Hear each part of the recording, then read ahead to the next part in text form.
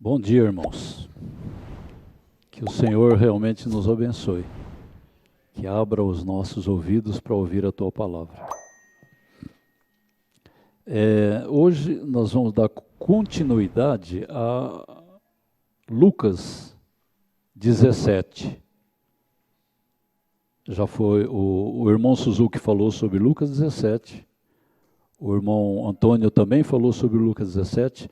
Mas tem um versículo que não foi comentado, que é Lucas 17, 32 e 33. O 32 até foi comentado, mas o 33 não. O que eu achei interessante é que, por que Jesus colocou logo essa frase dentro do contexto do reino de Deus? Ele falou várias nuances sobre o reino de Deus, mas Jesus termina, conforme a narração de Lucas, no versículo 32 ele fala assim: lembrai-vos da mulher de Ló. Aí na sequência ele fala: quem quiser preservar a sua vida, perdê-la, e quem a perder de fato a salvará. É uma frase muito difícil de entender essa daqui, realmente é muito difícil. Como? Preservar a sua vida vai perder? E quem perder de fato a salvará? Então aqui existe duas vidas. Uma vida original e uma vida clandestina. Uma vida divina e uma vida satânica.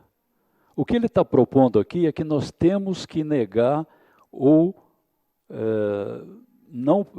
ele fala aqui, preservar. Quem quiser preservar, ele vai perder.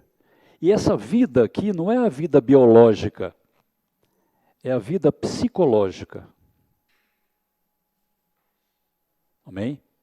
Então, e Mateus 6, 9, 10 e 13, na oração do Pai Nosso, ele fala o seguinte assim: portanto, vós orareis assim: Pai nosso que está no céu, santificado seja o teu nome, venha o teu reino. Aqui está no imperativo. Interessante que essa oração ela é direcionada a Deus no imperativo. Ela fala: venha o teu reino, faça-se a tua vontade, assim na terra como no céu. E no 13 ele fala: e não nos deixes cair em tentação, mas livra-nos do mal. O mal aqui é o próprio maligno. Poderia dizer assim: e livra-nos do maligno. Aí o Lucas acrescentou essa oração de Jesus colocando: pois teu é o reino, o poder e a glória para sempre. Ele fala reino, poder e glória. Três coisas que a gente vai comentar nesse... A gente vai ler alguns versículos nesse sentido, amém? Então, o Senhor, na verdade, ele dentro desse contexto, ele está nos convidando para submeter a nossa vontade à vontade dele, a soberana vontade dele. Porque nós temos uma vontade corrompida, e o Senhor tem a vontade soberana. Então, nós temos que nos submeter à soberana vontade de Deus para agir dentro do plano e do propósito de Deus. Bom, na sequência a gente vai ver a boa, agradável e perfeita vontade de Deus. A vontade de Deus não é igual à nossa vontade.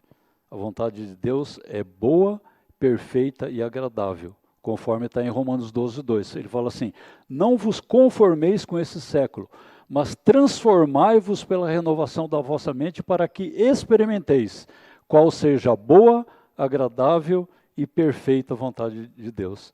Interessante que Paulo aqui, ele usa a palavra no original, transformai-vos, está escrito assim, metamorfoseai-vos, é como se fosse assim, é igual uma lagarta ou uma taturana cheia de espinho, que vai se metamorfoseando para se transformar numa leve borboleta, né? Vamos dizer assim.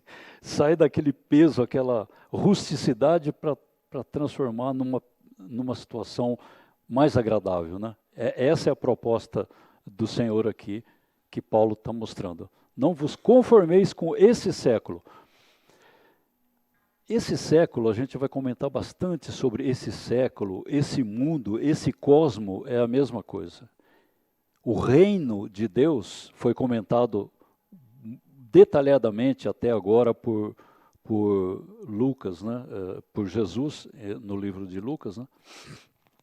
No Evangelho de Lucas.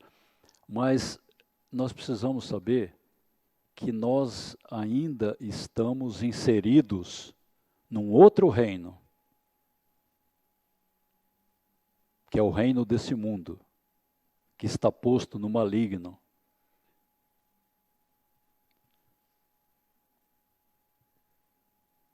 Amém? Então, a boa, agradável e perfeita vontade de Deus é transformar dessa situação caótica numa situação divina, vamos dizer assim, com a natureza divina.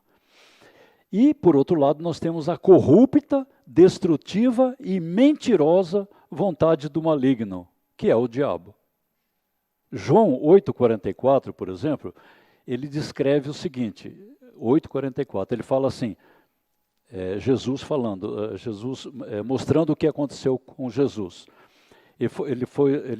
Jesus falou assim, vós sois do diabo, que é vosso pai. Irmão, que frase pesada essa, né? Vós sois do diabo, que é vosso pai, e quereis satisfazer-lhes os desejos. Ele foi homicida desde o princípio e jamais se firmou na verdade, porque nele não há verdade. Quando ele profere mentira, fala do que é próprio dele, porque ele é mentiroso e pai da mentira. Então nós temos, e ele reina nesse mundo, ele é o maligno reinando nesse mundo tenebroso, né? Então, irmãos, o contexto está mostrando, e toda a palavra, o Novo Testamento mostra, é que o nosso compromisso não é com o reino desse mundo. Existe o reino desse mundo, o nosso compromisso não é com o reino desse mundo. O nosso compromisso é com o reino do Pai Nosso que está no céu. Por isso Jesus fala, Pai Nosso que está no céu.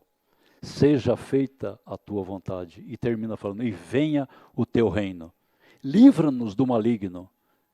Essas frases fortes que Jesus ensinou para os discípulos tem muito peso, irmão, na nossa conduta aqui na terra, nesse mundo tenebroso, vamos dizer assim, né? Bom, por um lado, o reino de Deus já está dentro de nós. Não foi isso que foi falado? Que a gente vem falando ultimamente, que Jesus falou, que o reino de Deus está entre nós, está dentro de nós. Existe o reino de Deus.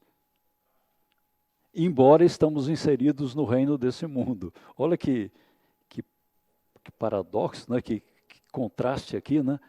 Então, por um lado, ainda estamos inseridos no reino sob o poderio do maligno.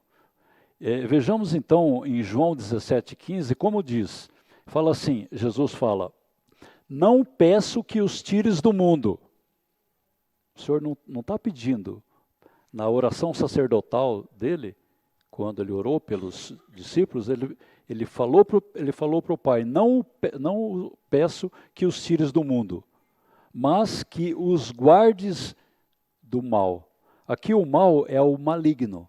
A mesma palavra usada para maligno está escrito no mal aqui no original. Então, ele está pedindo para o Pai, ele pediu para o Pai para livrar-nos do maligno. Então, nós temos essa confirmação do Senhor Jesus. Embora nós estamos dentro do reino do maligno, mas Jesus está intercedendo por nós, diante do Pai, para que nos livre do reino do maligno. Isso pode nos dar esperança, irmãos. João 5, e 1 João 5,9, aí João, na carta que ele escreveu, ele falou: sabemos que somos de Deus e que o mundo inteiro jaz no maligno. Ou está debaixo do poder do maligno. Amém? Bom, continuando. O reino desse mundo está nas mãos do maligno, que é o Satanás, que é o diabo. Então a Bíblia, ela, em várias passagens, ela vai definindo quem é esse maligno. Uma hora ele é o próprio Satanás, que é o diabo também. Então ele tem vários nomes, mas é a mesma personalidade aqui. Então, em Lucas 4, 5, 6, ele fala assim, mostrando a autoridade de Satanás, que é o diabo, sobre os reinos desse mundo. Ele fala assim, e o diabo, quando foi tentar Jesus, ele falou o seguinte, ele falou assim, ele levou Jesus a um lugar e mostrou-lhe no momento todos os reinos do mundo. Satanás fez isso na tentação de Jesus. Ele fala assim, e elevando-o, mostrou para Jesus no momento todos os reinos do mundo. Olha que intrepidez da dele aqui, que chegar de fazer isso com Jesus. E disse-lhe o diabo, dar-te-ei toda essa autoridade e a glória desses reinos, porque ela me foi entregue, e dou a quem quiser. Puxa, olha que situação. Quem entregou? O próprio Senhor, quando criou Lúcifer, né, o anjo de luz, deu toda a autoridade para ele. Na rebelião, ele foi expulso da esfera celestial e foi lançado no reino desse mundo cósmico todo aqui. Tanto é que até onde os nossos olhos físicos alcançam é o mundo cósmico, onde Satanás reina. Vamos supor, então eu vou lá no último planeta, na última estrela, do sei lá o quê. Lá eu estou carregando Satanás também. Junto lá eu posso pecar também. Então esse mundo é um mundo dominado por Satanás. Nós estamos dentro desse contexto, irmão. Infelizmente. Aí o principado do maligno, Satanás, o diabo, no governo desse mundo tenebroso. Olha como que Paulo descreve em Efésios 6, 11 e 12, ele fala assim, revesti-vos de toda a armadura de Deus, para poder ficar firmes contra as ciladas do diabo. Irmãos, o diabo está constantemente armando ciladas para nós. Mas o Senhor dá uma saída aqui. Revesti-vos de toda a armadura de Deus para poderes ficar firmes contra as ciladas do diabo. Porque a nossa luta não é contra o sangue e a carne. A nossa luta não é contra as pessoas de sangue e carne. Não adianta, eu não preciso brigar com o irmão ou com o meu próximo porque ele me ofendeu alguma coisa. Na verdade, ele foi vítima de Satanás e do diabo e do maligno para me atacar. Então eu não preciso ir contra ele, eu posso orar por ele. Entende? Porque a nossa luta não é contra carne e sangue. Então ele fala assim, não é contra carne e sangue, e sim contra quem? Contra os principados e potestades, contra os dominadores desse mundo tenebroso. Então, esse mundo tenebroso que nós estamos falando, que esse espaço cósmico, essa esfera, que não é a esfera celestial onde Deus habita, celestial, essa esfera é chamado, ele fala, dominadores desse mundo tenebroso. A palavra grega usada aqui para mundo tenebroso, governador do mundo tenebroso, é cosmocrátoras tu escotos. Olha que palavra forte. Cosmocrátoras, governo cósmico, tu escoto, das trevas, escotos é treva. Então um governo, olha irmão, que coisa forte aqui, o governo do mundo tenebroso contra as forças espirituais do mal, ou do maligno, que é poneras, que é a mesma coisa, nas regiões celestes. Agora eu falo, mas nas regiões celestes? A Bíblia fala primeiro céu, segundo céu, terceiro céu. Isso é um caso à parte. Deus habita em luz inacessível. Nesse lugar, Satanás ele não está presente. Mas ele está nesse céu que a gente enxerga aqui. Ó. Esse aqui, ele está dominando por aqui. Então, nessas regiões celestes que está mostrando aqui. Bom, continuando. A ação prevalecente da soberana vontade de Deus. Diante de toda essa situação negativa, existe uma ação divina prevalecente, irmãos. Isso deve levantar a nossa fronte. Existe uma ação prevalecente de Deus. Interessante que ele nos concedeu, nós estávamos mortos em nossos pecados e delitos. Estávamos mortos, espiritualmente mortos. Tanto é que quando Adão pecou, antes dele pecar, Deus falou, se você comer desse fruto, certamente morrereis. E o Adão começou a morrer naquele momento, mas a morte principal dele naquele momento foi a morte espiritual. Ele morreu espiritualmente. E depois morreu biologicamente com o tempo. Mas instantaneamente ele morreu espiritualmente.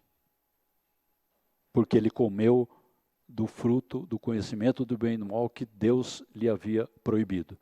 Então, em Efésios 2,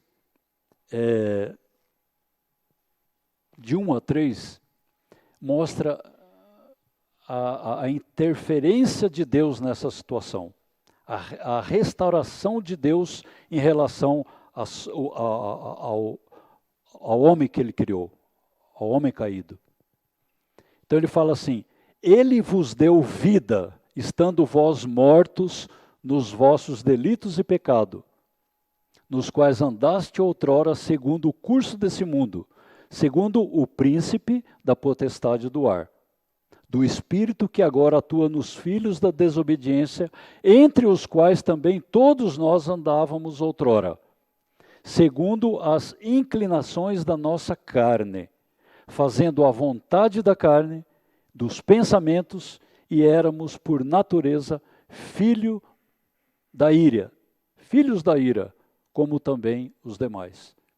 Mas, interessante, ele vos deu vida estando morto. Quando um morto recebe vida, o que acontece? Ressurreição, não é? Nós estávamos mortos espiritualmente, mas ele nos deu vida de ressurreição. Nosso espírito, conforme nós cantamos hoje aqui, vários hinos mostrando isso, que nós estávamos mortos, mas ele nos ressuscitou. Espiritualmente. E não só isso, nesse envolvimento de salvação e de restauração que Deus propôs diante de toda essa queda, essa situação negativa, Efésios 2, 4 a 10 diz o seguinte, continuando, né? Mas Deus, sendo rico em misericórdia, por causa do grande amor com que nos amou, e estando nós mortos nos nossos delitos, nos deu vida juntamente com Cristo. Pela graça sois salvos, e juntamente com Ele nos ressuscitou. Estávamos mortos e Ele nos ressuscitou em Cristo. Em Cristo. E nos fez assentar nos lugares celestiais em Cristo. Não é as regiões celestiais onde Satanás está dominando. Ele nos assentou, tem um assentamento nosso na esfera celestial em Cristo, irmãos. Isso ainda não aconteceu, mas para Deus isso já aconteceu. E nós temos que tomar posse desse ato aqui que está falando. Nos fez assentar nos lugares celestiais em Cristo Jesus, para mostrar nos séculos vindouros a suprema riqueza da sua glória. Da sua graça, né? Em bondade para conosco em Cristo Jesus, porque pela graça sois salvos, mediante a fé. E isso não vem de vós. interessante. Pela fé, nós somos salvos. Não está falando aqui, mediante a fé.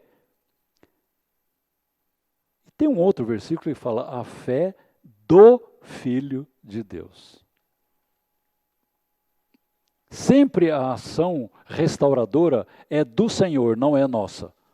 Nós não temos condição de restaurar nada, irmãos. Mas o Senhor, Ele tomou por bem nos restaurar diante de uma situação negativa que nós vivíamos. Que nós estávamos antes de Cristo, antes desse cordeiro ser imolado. A nossa situação era totalmente negativa. Nós, em Adão, estávamos fadados à perdição eterna, à morte eterna. Mas em Cristo, Ele restaurou a nossa vida, uma vida de ressurreição, e nos assentou nos lugares celestiais em Cristo. Que maravilhoso isso aqui, irmão.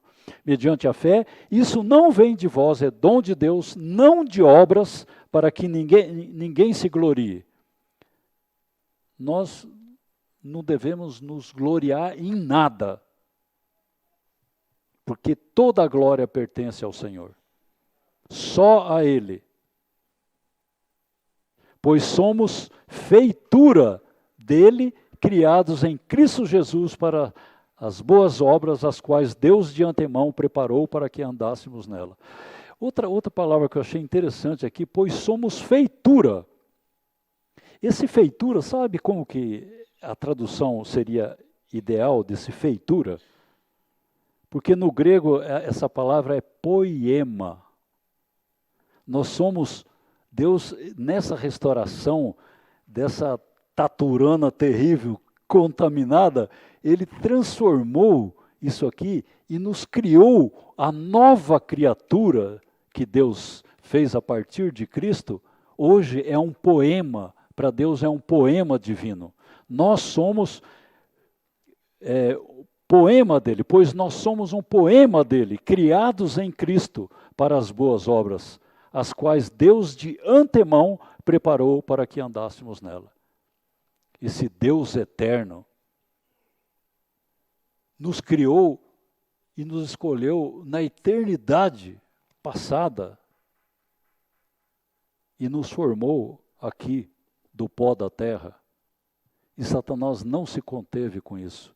Ele falou, puxa, tem uma criatura, a imagem e semelhança de Deus, com um ego perfeito, igual é o ego divino.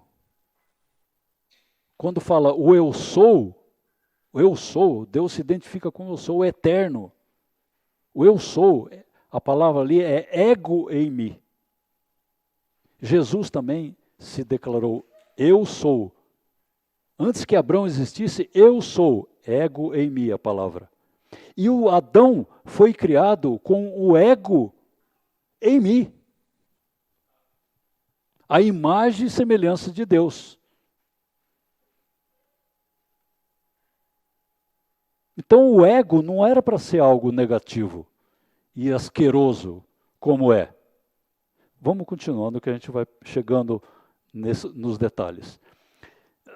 Finalmente, o reino desse mundo é transformado e submetido ao governo de Deus e de Cristo pela eternidade.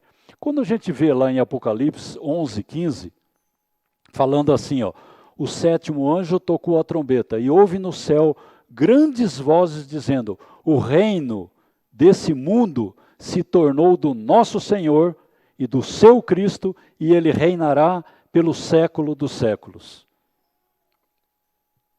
Para nós, irmãos, isso aí ainda vai acontecer.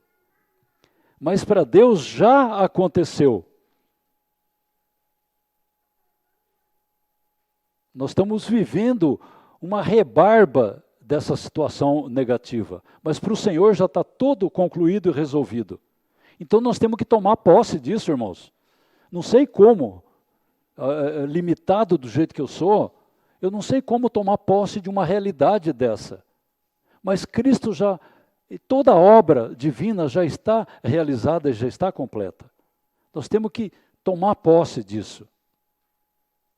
Para que isso nos oriente o nosso viver diante de Deus. E não caiamos nas situações negativas e tentações que existem no mundo, provações e tudo isso. O Senhor já tem tudo resolvido, irmãos. Em tudo dai graça. Vontade de Deus. Soberana vontade de Deus. Em tudo dai graça. Mesmo nas tentações, nas provações. Porque a palavra é a mesma. Tentação e provação é a mesma palavra. Senhor. Bom. Então, o sétimo anjo trocou a trombeta e houve no céu grandes vozes dizendo: o reino desse mundo se tornou de nosso Senhor e do seu Cristo, e ele reinará pelo século dos séculos. Essa é uma realidade. Bom, só voltando um pouquinho lá em Gênesis, nós somos criados à imagem e semelhança de Deus, participando da natureza divina, porém sem a deidade. Claro, né? Deus é Deus e nós somos humanos, mas nós podemos participar da natureza divina. E quando Deus criou Adão e Eva, ele fez ele participante da natureza divina. O ego era perfeito. Bom, vejamos, Gênesis 1:26, fala assim: também disse Deus, façamos o homem à nossa imagem, conforme a nossa semelhança, e tenha ele domínio sobre os peixes do mar, sobre as aves do céu e sobre os animais domésticos, e sobre toda a terra e sobre todos os répteis que rastejam pela terra. Aqui tem interpretações que eu não vou falar agora. Mas o homem foi feito para dominar a situação caótica que já existia na Terra, ou nesse mundo cósmico. Quando o homem foi formado do pó da terra, ele foi criado antes da formação, no tempo Kairos, e no tempo cronológico, Cronos, ele foi formado do pó da terra. Quando ele foi formado aqui do pó da terra, ele tirou o homem, a criação eterna dele, que era o homem, e colocou num vaso de barro. Esse foi o momento da formação do homem. A formação do homem foi colocada dentro desse cosmos satânico, vamos dizer assim. Por isso Deus criou uma redoma chamada Jardim do Éden. Mas o maligno, ele é tão sutil que ele se transformou numa serpente e chegou e contaminou o ser humano.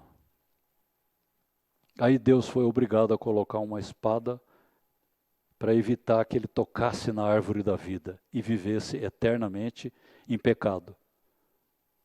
Mas Deus não parou aí. Ele trouxe a videira verdadeira, para que nós pudéssemos tocar nessa videira verdadeira.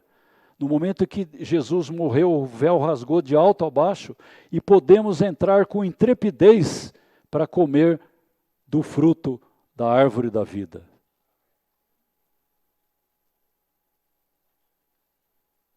Então Deus ele é misericordioso, amoroso e gracioso. Amém? Bom, vendo um pouquinho agora, eu queria falar um pouquinho da identidade de Deus. O imutável eu sou. A magnitude do eu sou, que é ego eimi, no grego.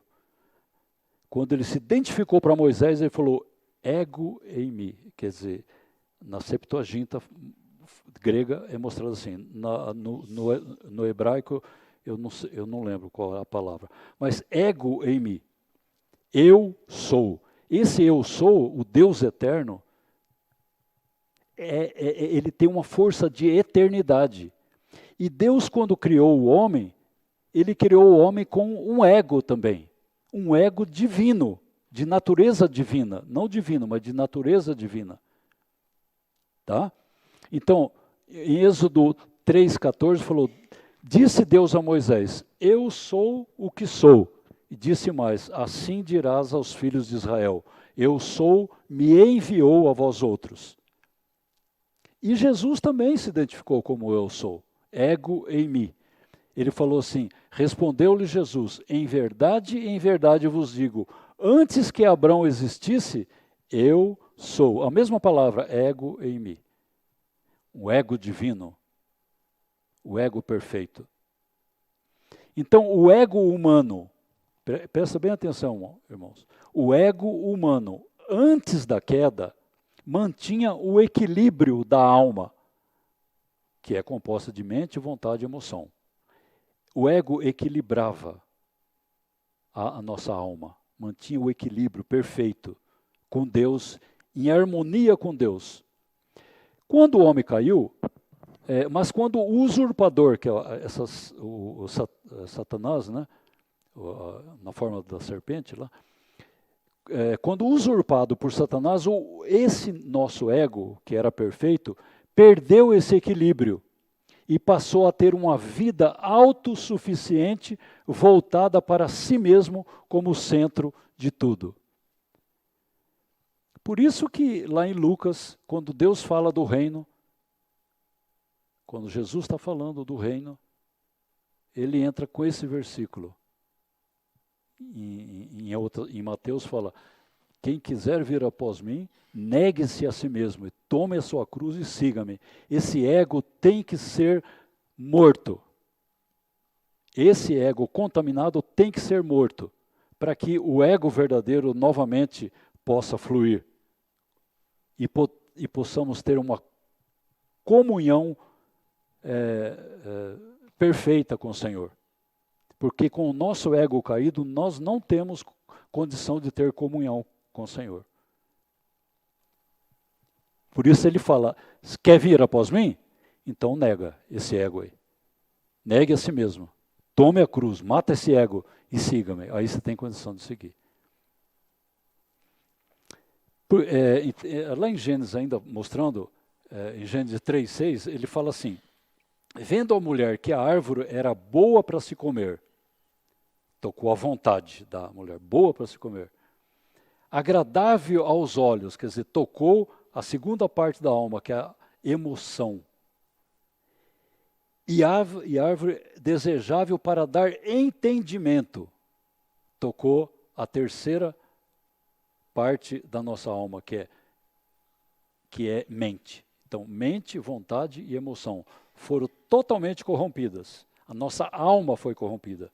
Por isso que ele fala, quem quiser salvar essa alma, vai perder. A alma corrompida vai perder.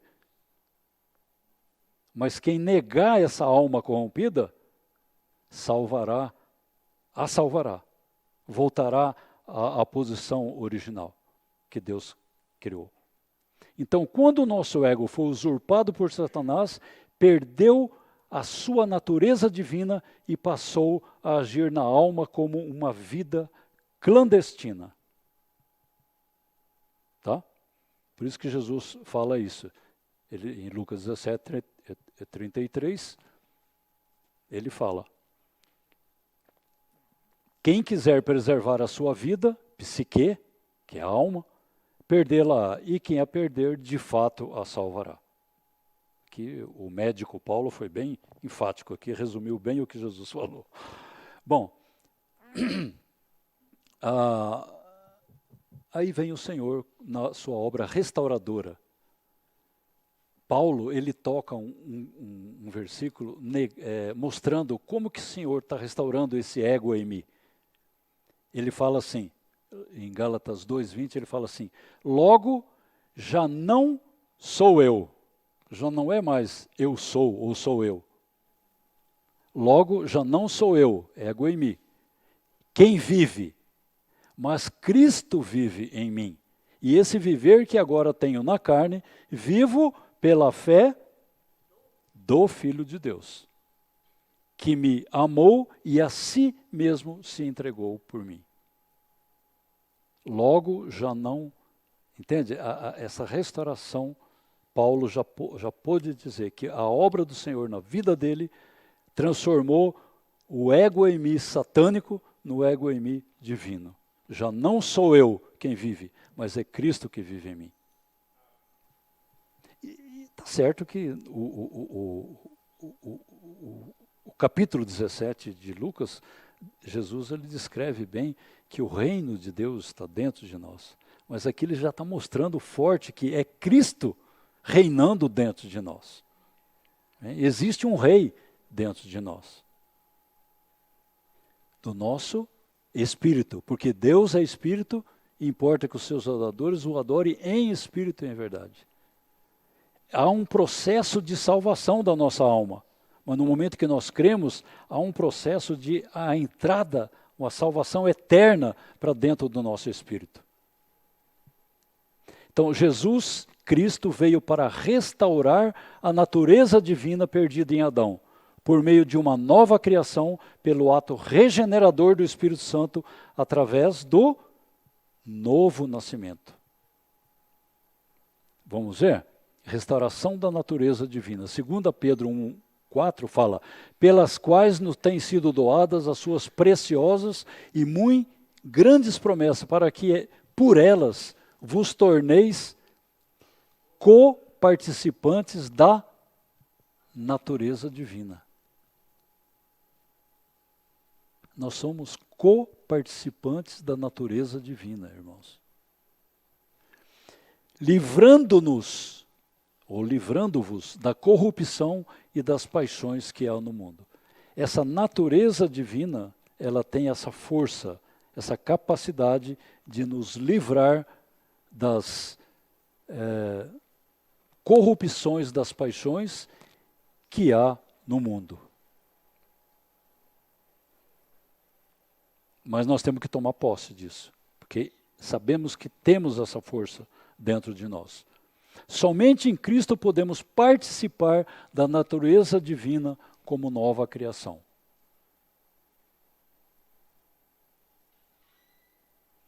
Senão não precisava Deus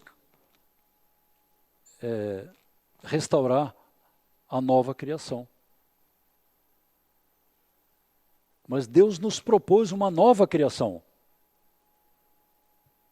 As coisas antigas já passaram, eis que se fizeram novas. Somente Cristo, em Cristo, podemos participar da natureza divina da nova criação. 2 Coríntios 5,17 fala, e assim se alguém está em Cristo, é nova criação, nova criatura. Então, para desfrutarmos da nova criação que Deus nos propôs, é estarmos em Cristo, irmãos. É chegar naquela condição que Paulo falou, já não sou eu quem vive, mas Cristo vive em mim. As antigas coisas já passaram, eis que se fizeram novas. Bom, e qual o segredo para vivermos essa vida restaurada? Uma vida vinculada ao amor de Deus, Pai, que está em Cristo Jesus. Não tem outra saída. Em nós mesmos, nós não temos saída, irmãos. Acho que ficou bem claro isso, que em nós mesmos não temos saída. Mas na comunhão com Deus, tem saída. Então não é tão absurdo isso. Volta para Deus. Enxerga o plano eterno de misericórdia e salvação e graça que Ele tem preparado para você. Enxerga isso, desfruta disso. É isso que o Senhor está propondo aqui. Sabemos que somos fracos, frágeis e mortais? Sabemos que somos. Sabemos que estamos dentro de um mundo tenebroso? Estamos. Mas temos um Deus muito maior, que está cuidando de nós, que está propondo uma salvação completa. Então, Romanos 8, 37 e 39 fala assim, em todas essas coisas, porém, somos mais que vencedores por meio daquele que nos amou. Porque eu estou bem certo que nem morte, nem vida, nem os anjos, nem os principados, nem as coisas do presente, nem do porvir, nem os poderes, nem a altura, nem profundidade, nem qualquer outra criatura poderá separar-nos do amor de Deus que está em Cristo Jesus, nosso Senhor. Que palavra maravilhosa, não é, irmãos? Que palavra maravilhosa. Um viver regenerado na comunhão com o Espírito Santo. Olha o que João 3, 5, 6 fala. Jesus falou. Respondeu Jesus: em verdade te digo, quem não nascer da água e do Espírito não pode entrar no reino de Deus. O que é nascido da carne é carne, e o que é nascido do Espírito é Espírito. Irmãos, nós temos que agradecer ao Senhor por esse novo nascimento proposto. Porque é esse novo nascimento que nos dá a condição de prosperar no reino de Deus. 2 Coríntios também, ele fala, até que nós atingimos uma plena glorificação. Esse processo, ele termina numa glorificação, na plena glorificação. Mas hoje nós estamos ainda caminhando dentro dessa glorificação. Olha o que 2 Coríntios 3, 18 fala. E todos nós, com o rosto desvendado, contemplando como por espelho a glória do Senhor, somos transformados de glória em glória, na sua própria imagem, como pelo Senhor, o Espírito. E Romanos 8,30 fala, e aos que predestinou, a esses também chamou, e aos que chamou, a esses também justificou, e aos que justificou, a esses também glorificou. Então, o Senhor está propondo um caminho de glória para nós, não um caminho de perdição, um caminho de glorificação. Esse é o que o Senhor está propondo para nós. Onde receberemos um corpo glorificado na vida futura, né, irmãos? Mas esse processo, ele tem que caminhar hoje na nossa vida. Nós temos que tomar posse disso, de alguma forma. Concluindo, estou terminando, irmão. Então, a natureza divina nos é concedida por meio de Jesus Cristo, quando unimos a Ele pela fé e regenerados pelo Espírito. Existe um caminho, o caminho é esse, é o Jesus. Jesus é o caminho, o único caminho. E regenerado pelo Espírito Santo. Esse processo de transformação espiritual nos permite participar dos atributos divinos, como santidade, amor e justiça. Esses 3 atributos divinos nós podemos participar nesse caminho, esse processo de transformação. Embora nunca possuiremos a deidade, isso é bom ficar bem claro, nunca possuiremos a deidade. Somos chamados a refletir o caráter de Deus em nossas vidas. E no final, seremos glorificados, participando plenamente da sua natureza e da sua glória eterna. Olha que proposta maravilhosa o Senhor está nos fazendo. Essa é a soberana vontade de Deus, de eternidade a eternidade. Amém, irmãos?